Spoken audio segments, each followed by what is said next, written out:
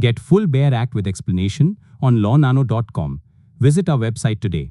The Telecommunications Act 2023, which goes into effect on March 1, 2025, changes India's telecom rules by replacing old laws with more up-to-date ones. It sets up a unified licensing system and makes it clear how spectrum will be distributed, mostly through auctions. Consumer protection is a big deal, and service quality and fixing problems are emphasized. The Act talks about national security, which includes things like cybersecurity and legal interceptions.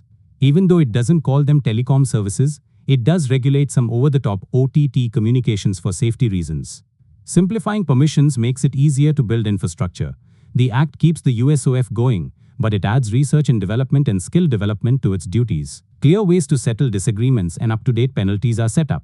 In India's changing digital world, this law is meant to encourage new ideas, protect consumers, and keep the country safe.